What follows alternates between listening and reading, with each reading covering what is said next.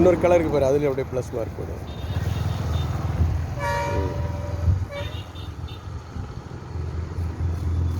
இதில் வந்து டீசலோ மண்ணெண்ணெயோ அல்லது வேஸ்ட் ஆயிலோ கொண்டு மேலே தடவி விட்டாக்க செத்து போயிடும், அவ்வளோதான். பக்கத்தில் சைடில் சில கலர் இருக்குது பாருங்க, அதை வெட்டி விட்டுருப்பா கீழே கீழே தட்டி விடும். அதான் செருப்பு போட்டிருக்க, செருப்பு காலில் மிதிச்சிட்டு அப்படியே கட் பண்ணி விட்டுரு. அப்படி கட் மிதிக்க காலையில் மிதியாங்க. அது இன்னும் நின்றுக்கு போகிறேன்.